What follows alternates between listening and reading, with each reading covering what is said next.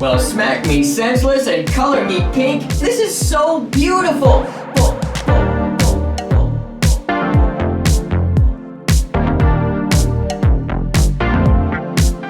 Hey, what's going on, you tubulous? EXO coming at you here. Got a massive episode lined up for today. Hope you guys are feeling good, man. Long time no see. I've been kind of struggling over here, to be honest, going through problem after problem.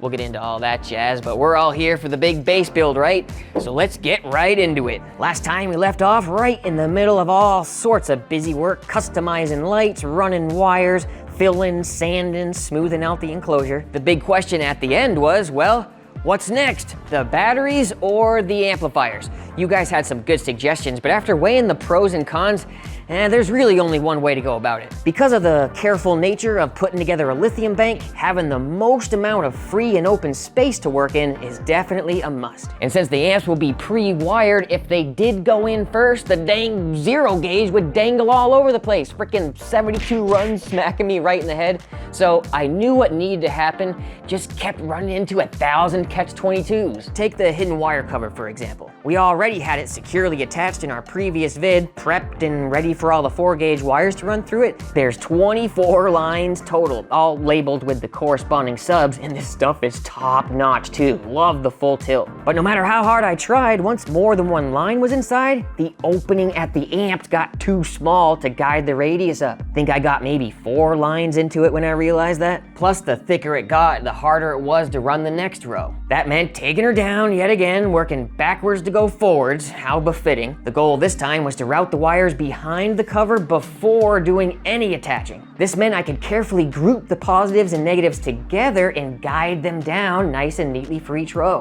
The furthest subs would get the closest amps, and the closest subs would get the furthest amps. The openings were actually the perfect size too, plus I had already heat shrunk the ugly bits curving into the cover, so everything else is impossible to see anyways. After that headache was figured out, the next order of business was cutting each wire to size. Like we mentioned, it's not just a random order, it's all based off location and distance to balance out the length.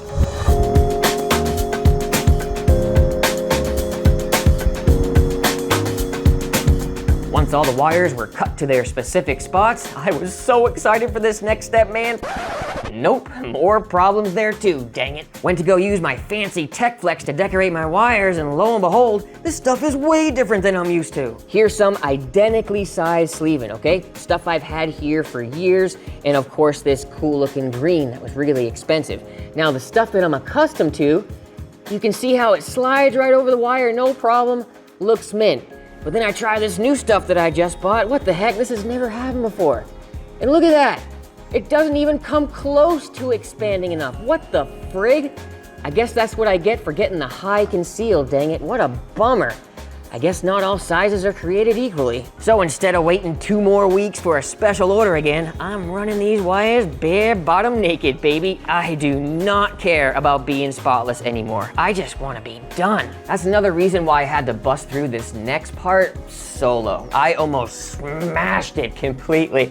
Even though the last B-roll shot shows the wire cover already remounted, getting there from literally the previous clip took probably a day in itself. Let me explain. By cramming all those wires inside, we filled the space pretty good. Well, mainly towards the right where there's twice as many runs. Let's just say the first 4 screws went in without a hassle, but the last 2, oh my gosh. The big chunk of wires kept blocking me from reaching the hole, knocking my screw off every single time. It was hours of attempting to finagle a pathway without getting knocked off kilter. After failing nonstop, I knew I had to find another way. And at this point, the thought of continuing to film was making me angry. I mean, hell, this would be the 3rd time needing to remove this cover just to get past a seemingly simple step. But that's just it. It's never simple, is it? For starters, I knew I could easily get my drill or screwdriver through the hole and between the wires, but the second a screw needs to balance on the tip, it's not gonna make it through. And that's when it hit me. I just need a screw to already be in there waiting for me. So I pulled the cover down one last time and took a good old hot glue gun and made my own version of a captured screw. With a couple nice squeezes down the center of the hole, I simply inserted this, oh gosh, I'm burning myself. I simply inserted the screw from the back and hovered it as flush as possible. Ow! And wouldn't you know it, it actually worked.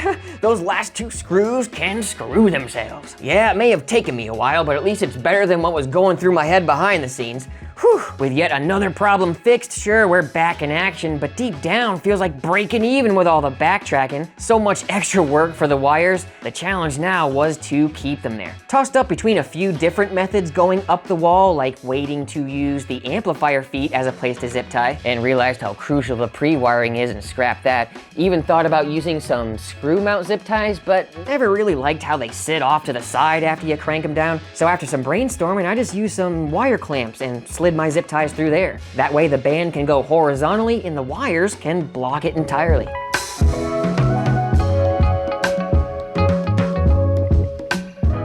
Next up, RCAs. Now, this was admittedly another headache. I had already ran the RCAs down the side already, but when going to test fit the amplifier, I quickly noticed the connectors close to the wall. Well, I had forgotten about that clearance when focusing my attention on my 0 gauge terminal, so that's my fault. If you look closely though, you can see how I used a wood carving disc to create enough space to plug everything in. Then when I went back around to check the work, I saw something pretty interesting written on the jackets. What? Freaking directional. Yep, I had all but one of the RCAs backwards. Not realizing that's how these stingers worked. Apparently the noise rejection is a one-way street. More working backwards. Can you feel the frustration building? That's about when I felt it time to switch gears into another area, like finishing off the subwoofer box up front and building out the B pillars to be extra thick.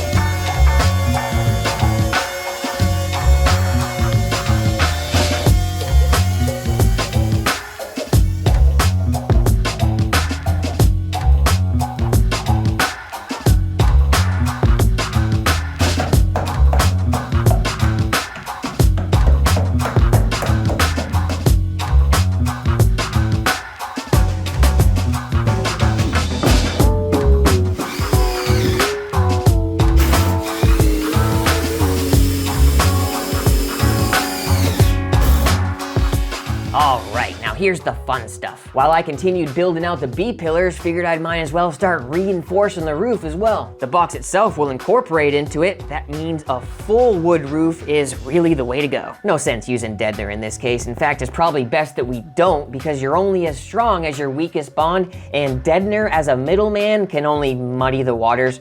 We're going straight to the metal. That meant going crazy with the PL. I'm talking 6 tubes at a whack, then lifting up the layers, carefully placing them between the stock roof bracing and using a bunch of spare 2x4s to prop them into place, forcing them to bend into shape. The only downside here is probably curing time. To be extra safe, I gave each layer about 2 to 3 days to remain jacked up. At least for the first 3 layers, I felt this important, because the last layer will have plenty of meat to bite into without worrying about poking through the roof. The section that tapers off from the box is actually 6 layers thick in the middle. Didn't bother filming, really. Had to suck it up and accept the fact you gotta pick your battles sometimes.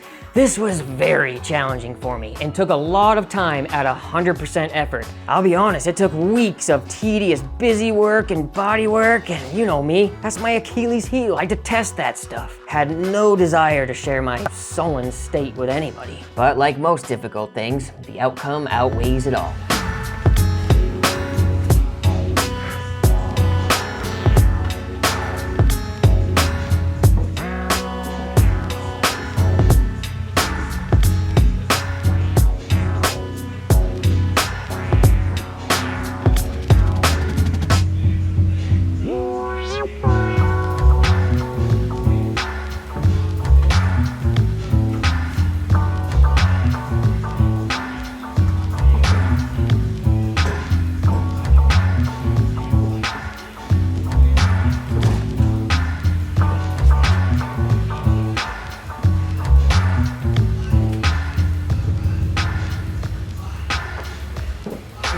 Yeah, this is hard to do by myself.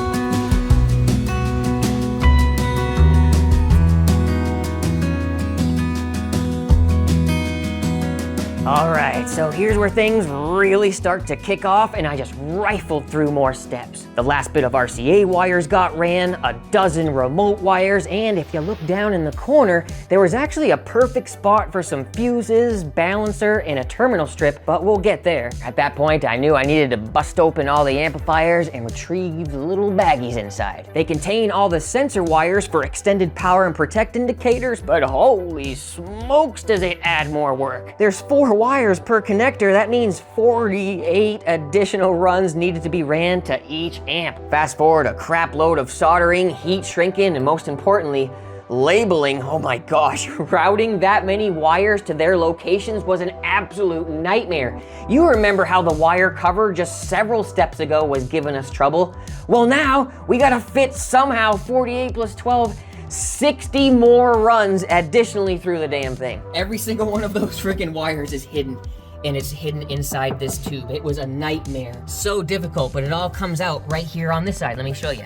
Here's this side. This is the fuse block for all the voltmeters. I have a ISDT cell monitor, so this will be cell 1, 2, 3, 4, 5, and 6 will be the sum of the voltage, and then this is just the negative for it, but all these are gonna be positives. We have a balancer wired right down here. That's all for the lithium bank that's gonna be right in front of it. We have a fuse block for the balancer right here.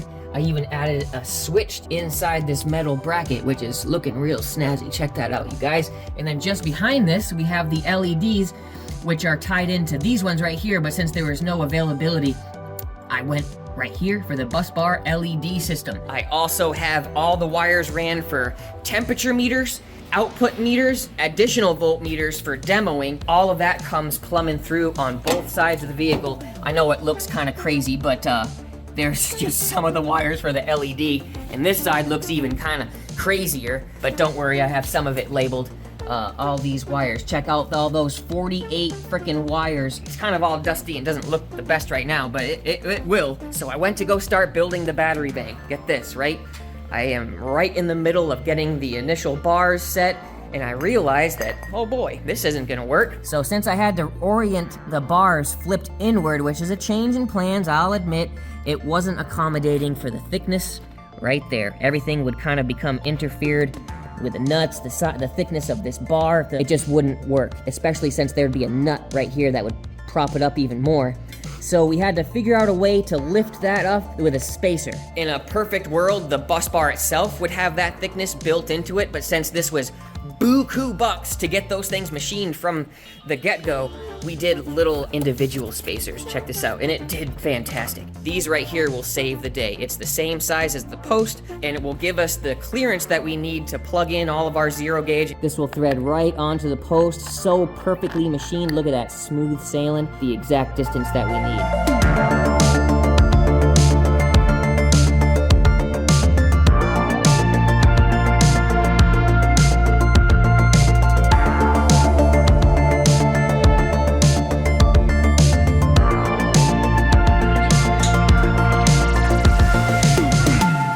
This stuff is crazy. It's like a glorified garden hose, baby. 300 PSI.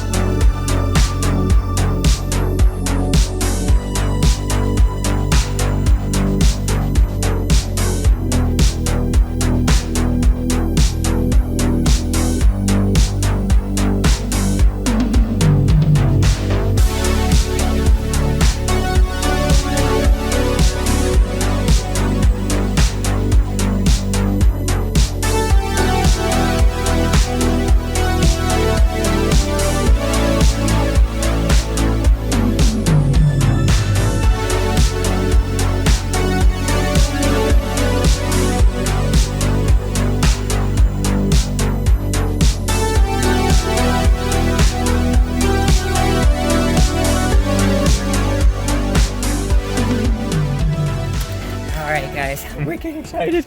I wanted to show you. Oh, hey, Fleety, what's going on, buddy? You want to come to the shop too? I just got some really awesome stuff done. Holy tedious though. I almost thought I had another failure at hand, but it wasn't. I figured out, I just switched the direction of routing the wires, and each and every run of 4/0. 4 runs of freaking 4/0 wire, 2 runs of 8 gauge, 2 runs of 16 gauge, and 10 runs of 18 gauge. All ran through a 2-inch pipe. Check this out, guys. Oh, look at it. Here is the wiring for the amplifiers, guys. We got 4/0 running into this main distribution for all of the busing for the 1, 2, 3 crescendo amplifiers. Of course, I don't know why I had to count that, but look at that. That's beefcake right there. It took a lot of measuring and careful cutting. Remote wires ran up and around there. We got the 2 extra runs for the DSP. Isolated runs like we mentioned already the other day. Take a look at that. There's Fleety. But yeah, I just wanted to show you this real quick because I'm really pumped about that. That's a huge addition. And then I also have this, just a one little bit more to do over here, because once this area sees the battery, it'll block a lot of this. So there's the main runs, 4/0 runs coming in. We'll fuse everything. Here's the grounds. And then those wires that I already mentioned. Added all these fuses before, I think after our last video. So there's some stuff that you guys haven't seen. So I'm just trying to get as much as I can done. Here's just a quick little update.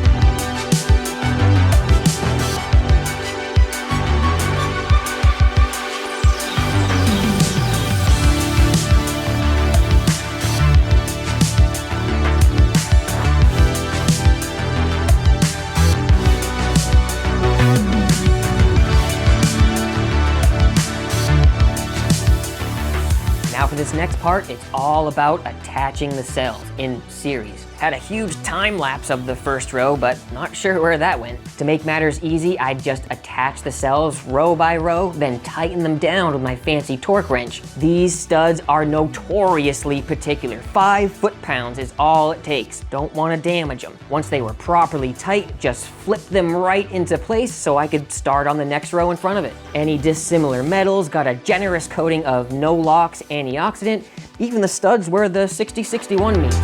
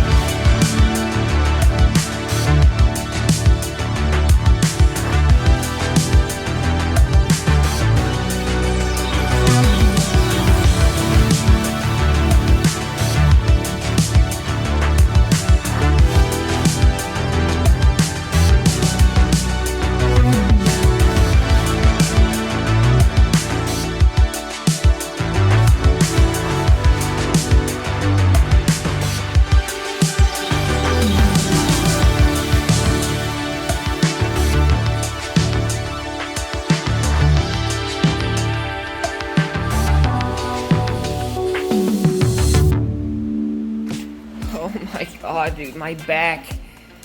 Holy crap, I did not even anticipate the amount of pain that I'm going through right now. Because all the stuff is like over in the area. Oh my God, I am on fire. But I think it was worth it, you guys. I think it was worth it. Holy smokes, look at it, guys. That looks space age, man. Those are the special machine parts. And I'm so glad that I did it because it kind of sets it apart from all the other banks that I've seen with the good old ding-dongs. Look at that, everybody. Here, we're making some progress over here. 800 amp hours of yin long cells, man. So much work. Look at all the hardware involved, and it's just as much, even more on the underside. Like all these bars underneath here. Got a pad, got a freaking offset, got everything beautiful. I still gotta do a little bit of polishing because the antioxidant was a little gooby gabby and it kind of got all over stuff. Just want to give you a quick little update, and I also have this done. I did some more wiring with the RCAs, so now we have a full, almost fully fledged setup over here. I just need to install the remote bass knob, which is literally wireless, remote in the sense that it's wireless, and then the onboard bass knob, the wired bass knob. Feeling real good. I hope you like the nice little eye candy and these little extra updates. Getting creepy, you ready for this little excitement in? Come on over, pal. Guys, check it out. I had no idea about this. This is like a nice little birthday surprise. I just turned 35, so I don't know whether to have like a midlife crisis or just go gung-ho with all this stuff to make me even more happy. Laser etched, carved, I don't even know what it is. It's super high tech. That's my face. Now, I just wanted some simple trim rings, so I hit up our buddy's good old GP. Look at that, made exclusively for Bruce Weatherington. That's me. I was like, man, I got their no sag springs back in the day with good old Little Blue. So I figured I'd hit them up for some rings for the Behemoth build, but what the heck is this? I did not expect. Thank you guys so much for making my day. Let's go ahead and pop this open and see what we're working with. Now this is just gonna be kind of like a quality of life little upgrade for me because of what I'm dealing with my fingers in my build.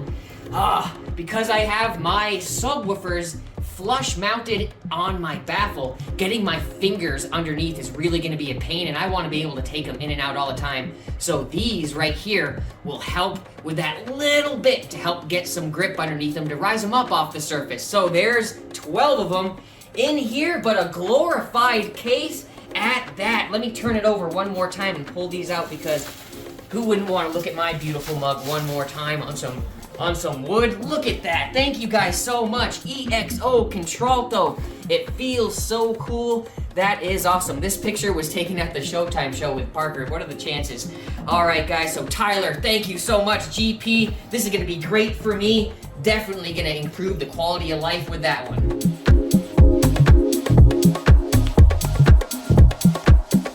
Here's another fun addition that's been in the works for months, a double layer windshield from Hunter Martin. This makes the glass extra thick and has a laminating core of epoxy to really beef it up. We'll store it off to the side for safekeeping, at least until we can see how the first one behaves under pressure, then address any red flag areas before swapping out. So excited to have this badass upgrade, heck yeah.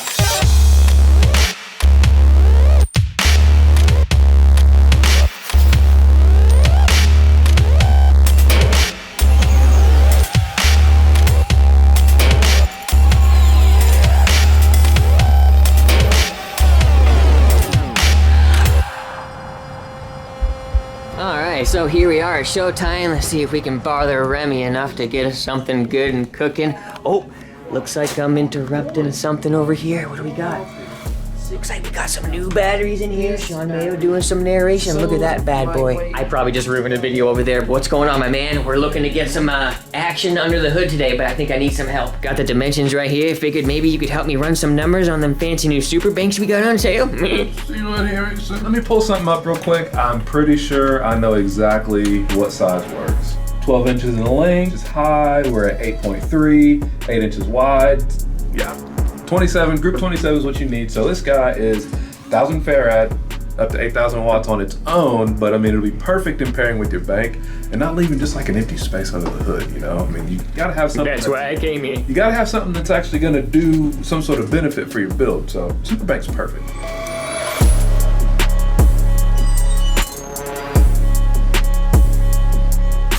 Oh boy, there they are. Holy man, you weren't kidding. We do kind of have quite a few of them, don't we? Yeah, quite a few, and I mean, there's a couple pallets of them like mixed in right here too, and on the other side.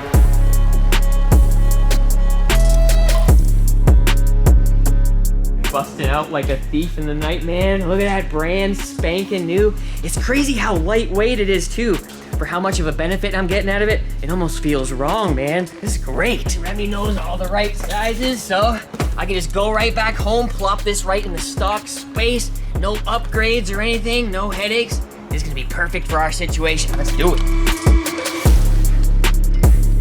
Man, I am loving this, making so much progress and still getting a good amount of footage to at least share the story.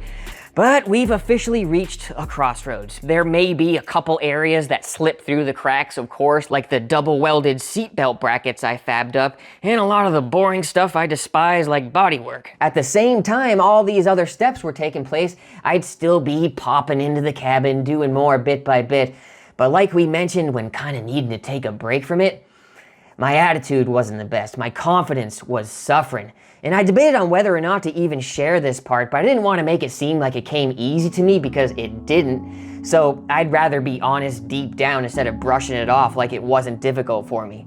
I had an extremely difficult time with this next part, the painting. At first, I was just gonna do Herculiner again and go back around and paint it while it's still drying. But then I realized it's never a drip-free experience with either one of those, and I'd probably ruin what finish I had just trying to get in a second time. So I returned all that crap. Next option I tried was Raptor Liner 1K spray cans, bought like a dozen thinking that'd be the ticket. But after testing, it's not anywhere near as durable as what I see it shows. No good for this. Probably the same reason I nixed the airless sprayer with latex or oil. There's no way it would have held up to my belt buckle or boots when I gotta go manhandle some subs back there. I knew exactly what I wanted, but no idea how to do it. And that's when I remembered. Frickin' Kyle Clippo. His bed liner looked mint. It's like everything I love, bright, colorful, and durable. It'd be awesome to have something like that. So I reached out to him and got a tip on where to find the real deal two-part stuff. You gotta use a gun to spray it, something I've never tried, but that ain't stopping me. And what's even funnier, apparently Hunter Martin helped with that project too, so you know it's gotta be the good stuff. Picked up a few cases tinted to a nice light gray and invited my buddy Eric over to help mix while I attempted my first ever spray job. Here's how the first coat came out.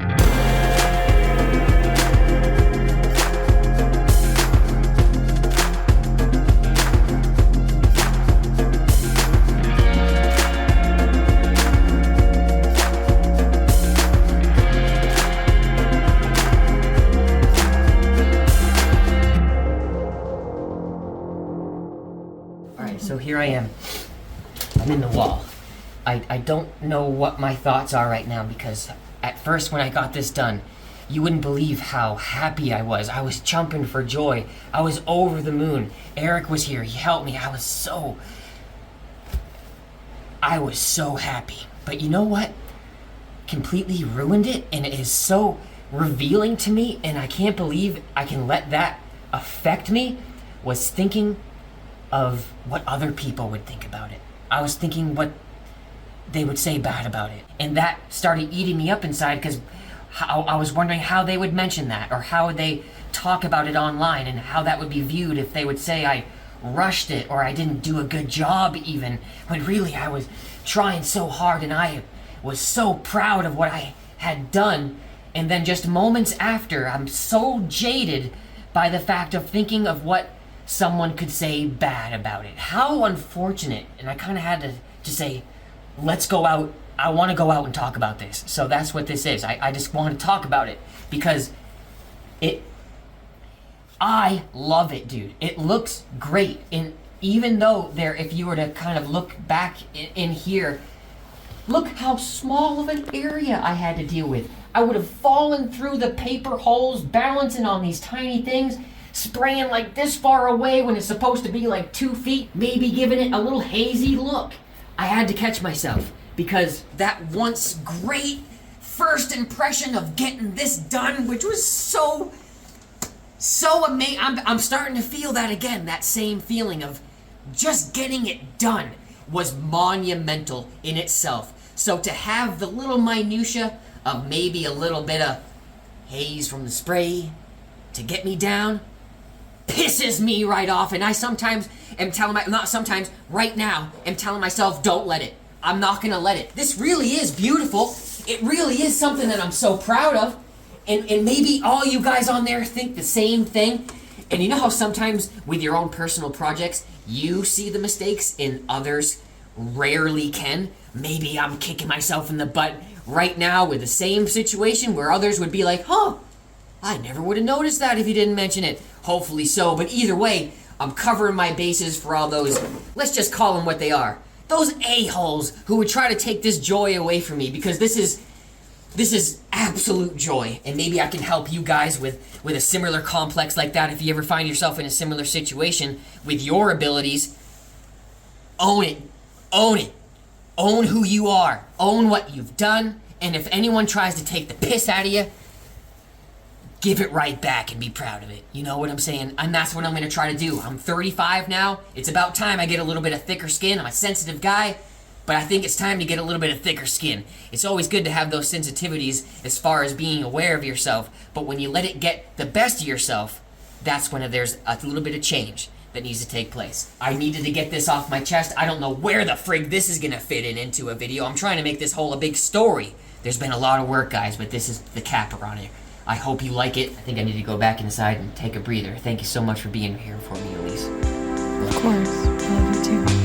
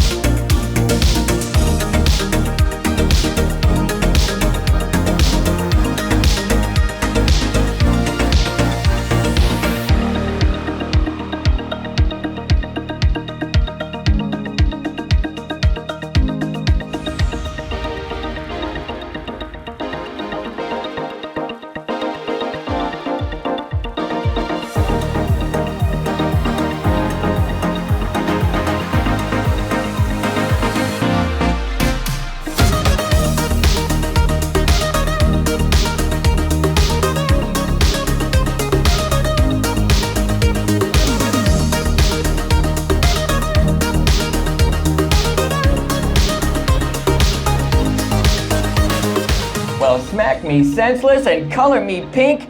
Look at what the second coat did, man. This is so beautiful. All that fuss for nothing. Oh my gosh.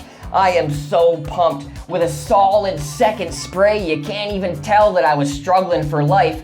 The roof looks mint, the texture is spot on, and with better lighting soon to come, she'll brighten up even more. So now I can't help but kick myself a little for being so critical of the first coat, thinking that's what people would judge me on?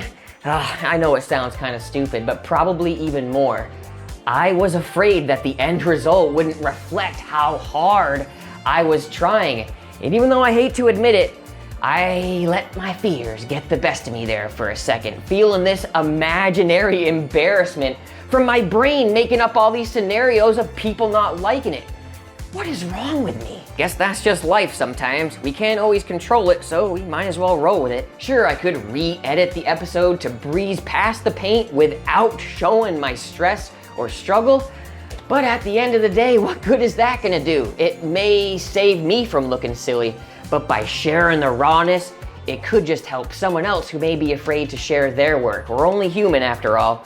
So I'm leaving it in. So that's how the cookie crumbled. A tumultuous start and finish to yet another behemoth build episode. So to close out, I just wanted to take a quick second and appreciate just how close we are to completion, you guys. The base is almost upon us.